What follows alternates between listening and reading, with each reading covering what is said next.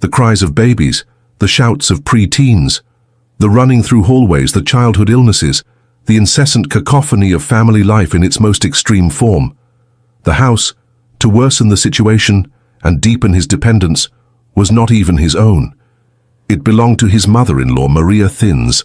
Maria Thins was no ordinary widow. She came from a wealthy and prominent family in Gouda, and was a woman of formidable character, a devout Catholic, and by all accounts the true matriarch who controlled the finances and dynamics of that crowded household. Vermeer, who had been baptized in the Protestant Reformed Church, converted to Catholicism to marry Katharina in 1653.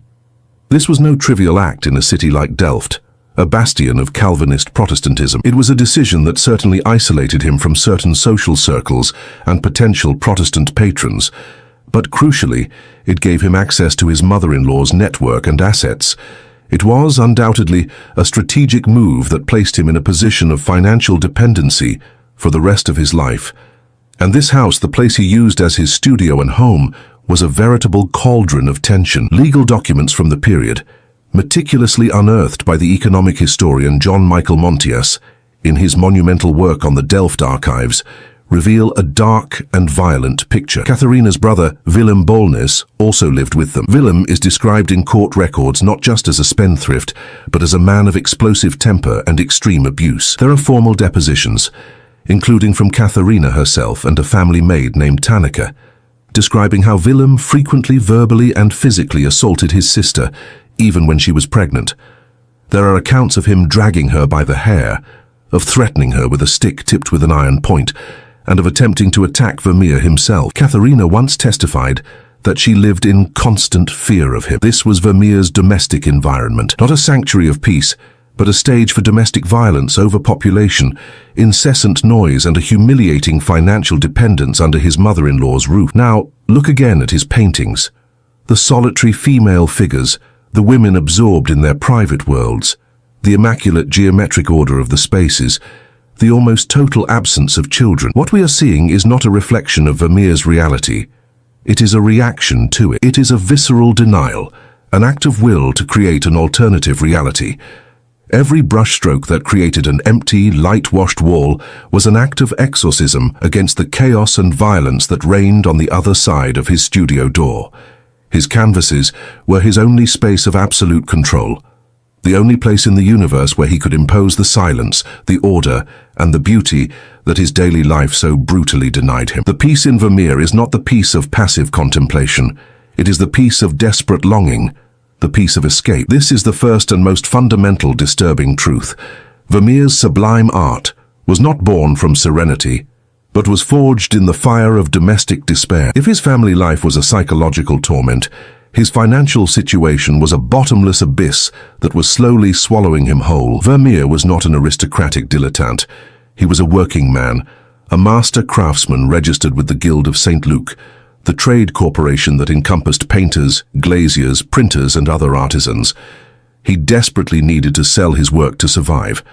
He inherited from his father, Reinier Janszoon, not just the profession of an art dealer, a meester kunstverkoper, but also the debts that came with the Mechelen Inn, which his father ran on Delft's Market Square. From the very beginning of his career, Vermeer was on unstable financial ground.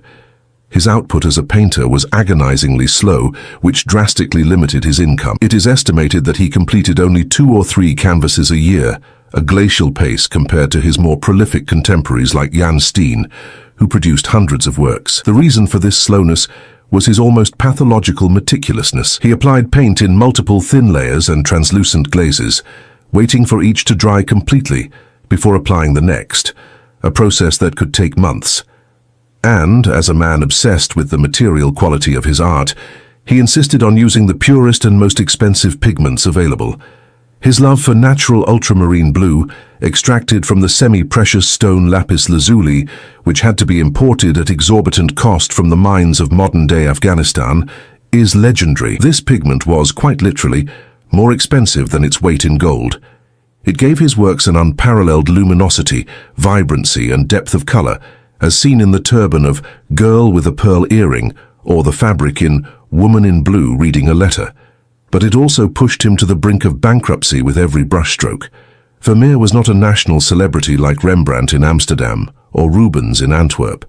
He was a relatively big fish in a small pond. He was respected in Delft, so much so that he was elected head of the Guild of St. Luke twice in 1662 and 1670, a clear sign of esteem from his peers.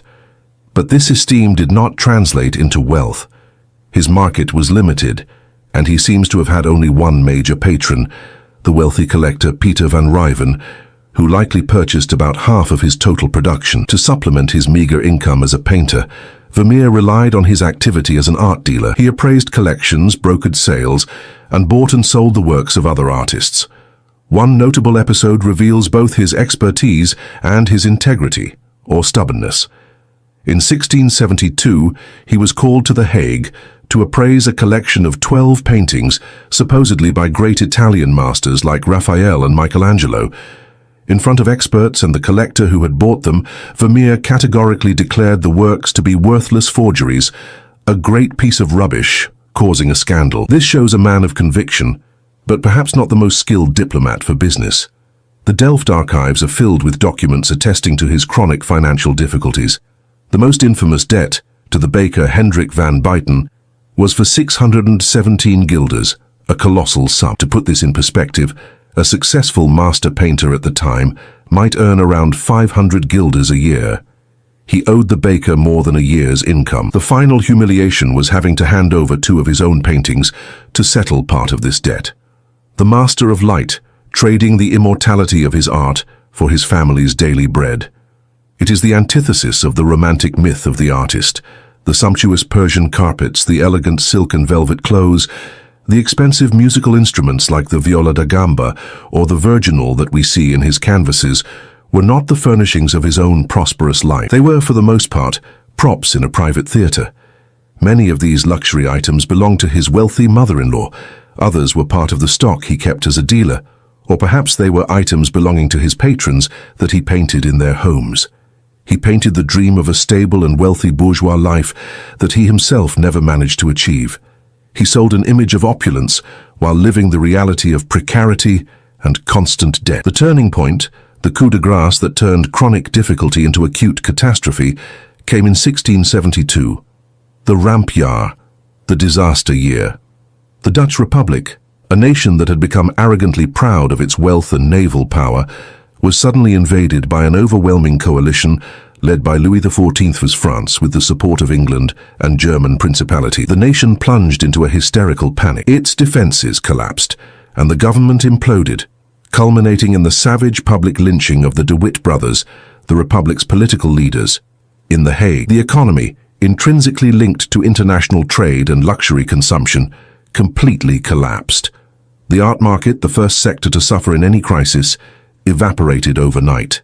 For Vermeer, who already had his neck in the financial guillotine, it was a death sentence. His 2 sources of income, the sale of his rare paintings and the art trade, dried up completely. The stress must have been unbearable, a constant crushing pressure. In December 1675, at only 43 years old, Johannes Vermeer died suddenly. Years later, in a moving and desperate petition to his creditors to declare her husband's estate bankrupt, his wife Katharina described the cause of his death with brutal and heartbreaking honesty. Due to the Great War and the inability to sell not only his own art, but also the paintings of other masters he was dealing in, he lapsed into such a melancholy and decay and had fallen into such a frenzy that in a day and a half he had gone from being healthy to being dead. Vermeer did not die of a mysterious illness. He died of stress.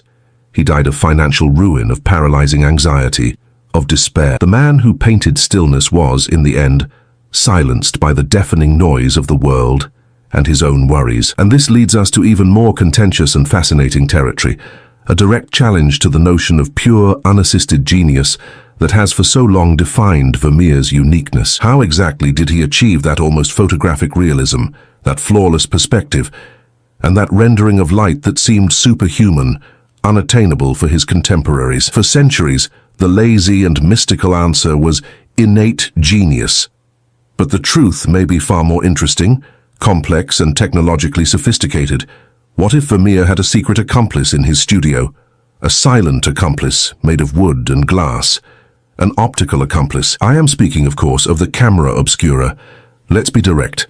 As the ethos of our channel Cogitart demands, the evidence that Vermeer used this device is, for many experts today, overwhelming and conclusive. The camera obscura, essentially a box or a dark room with a small hole or a lens in one wall, which projects an inverted image of an external scene onto an internal surface, was not an arcane secret in the 17th century. It was a tool known to scientists, cartographers, astronomers, and very likely a vanguard of artists seeking a new way to represent reality. The researcher and architect Philip Stedman, in his seminal book Vermeer's Camera, presented a forensic, almost irrefutable argument. He didn't just theorize, he built a physical scale model of the room that appears in several of Vermeer's paintings, basing its dimensions on the floor tiles and other elements. He then demonstrated that the perspective and the relative size of the objects in at least 6 of his works, such as The Music Lesson and The Allegory of Faith, correspond with mathematical precision to an image that would be projected by a simple lens positioned at a specific point in the room. He proved that the paintings are literally the same angular size as the real scene viewed from that point, something that would be a coincidence of astronomical proportions. But the most convincing proof is not in the geometry, it is in the paint itself, in the phenomenology of his painting. The way Vermeer paints specular highlights, the glint of light on the moist crusts of bread in The Milkmaid, on the finials of a chandelier, or on the threads of a carpet, is absolutely unique. He does not paint a sharp point of light. He paints small, luminous, almost abstract circular blurs. Art historians and optical scientists call these circles of confusion. This is a purely optical phenomenon, the way a lens renders points of light that are slightly out of focus. It is exactly what we, in the vocabulary of modern photography, call bokeh. No other painter of the period saw or painted light in this way. He was painting the visual artifacts of an image projected by a lens, not the vision of the naked eye. Other characteristics, such as the sometimes exaggerated perspective that seems to pull the viewer into the scene, and the overall softness of focus compared to the sharp crispness of some of his contemporaries, also point to the use of an optical device. For purists and romantics, the idea that Vermeer traced his images sounds like heresy, a fraud that diminishes his genius. But this is a reductive and profoundly anachronistic view. A 17th century camera obscura's projection would have been faint, inverted laterally and upside down, and with certainly distorted colors. It was not a high-definition slide projector. It is impossible that he used it to simply trace outlines like a decal. Instead, the camera obscura became for him a prosthesis for vision, a new and revolutionary way of seeing the world. It revealed optical truths about reality, how light behaves on different surfaces, how color intensity diminishes with distance, how perspective truly works from a monocular viewpoint, that the naked eye, with its binocular vision and its brain that constantly corrects and interprets, cannot perceive with such clarity. Vermeer's genius was not in copying the projection. It was in his sublime ability to interpret, edit, compose, and translate that cool, mechanical vision into a work of art with profound emotional, psychological, and narrative resonance. The camera didn't make the painting, Vermeer did. The tool does not make the craftsman. Giving a Stradivarius violin to an amateur does not create a virtuoso. Similarly, the camera obscura in the hands of another artist would not have produced Girl with a Pearl Ear. He was a pioneer, an artist-scientist living in Delft, the same city as Antony van Leeuwenhoek, the father of microbiology, who with his microscopes was revealing invisible worlds. Vermeer with his camera was doing the same, revealing the invisible truths of light and space. The disturbing truth here is not that he cheated, but that his genius was far more analytical, experimental, and profoundly modern than the image of the dreamy poet would have us believe. And before we move to the final and most important piece of this puzzle, the work that holds the key to his soul, remember, if this deep dive into the complex mind of an art master is the kind of content you value, please make sure you are subscribed to Cogitart and that you have left a like. Your participation allows us to continue this archaeological dig into art history, bringing light to the darkness. We now arrive at the point of suspension, at the most sacred, enigmatic, and revealing object in the entire Vermeer universe, the canvas we know today as the art of painting. This work of an ambition and complexity unparalleled in his output is his testament, his manifesto, his declaration of principles. In it we see a painter presumed to be an idealized self-portrait of Vermeer himself with his back to us, a gesture of humility and, at the same time, of universal authority. He is in his studio, before a blank canvas on an easel, in the act of beginning to paint. His model, standing by the window, personifies Clio, the muse of history and Greek mythology. She is arrayed in her classical attributes: a laurel wreath, symbolizing eternal fame and glory, a thick-spined book representing history itself, and a trumpet, which proclaims great deeds. The environment is a microcosm of Vermeer's ideal world, a temple of art. A heavy, sumptuous tapestry curtain in the foreground is pulled aside, as if we are being granted privileged access to a secret ritual, a sanctum sanctorum. On the back wall, a magnificent and minutely detailed map of the 17 provinces of the Netherlands dominates the scene. This is a real map, created by the cartographer Klaas Janszoon Visscher. The choice of this specific map is crucial. It shows the Netherlands and Flanders united, before their political and religious separation, a nostalgic and powerful statement about the history, culture and greatness of the nation, of which the painter presents himself as the chronicler and interpreter. The light, the composition, the technical execution, the painstaking detail, everything here reaches a level of perfection that borders on the divine. And here is the detail that takes our breath away, the fact that defies all the logic of his biography and his desperate situation. Vermeer never sold this painting. It was the one he kept in his possession until the very end of his life. Think of the crushing weight of this decision. The man who traded his art for bread, the man drowning in debts that led to a premature death, the man whose family was on the brink of destitution, refused to part with his most complex, most ambitious, and, without a shadow of a doubt, most valuable work. Why? The answer transcends economic logic and plunges into the depths of psychology.